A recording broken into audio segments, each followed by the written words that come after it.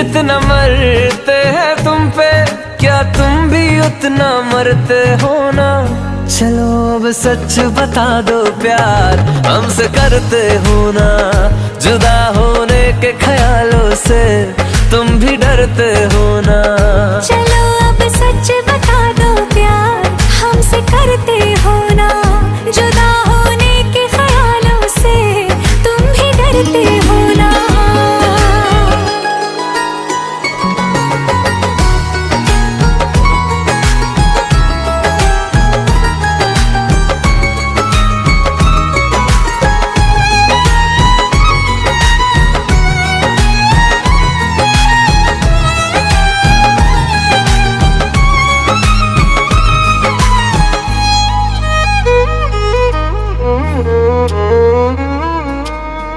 तुझसे जुड़े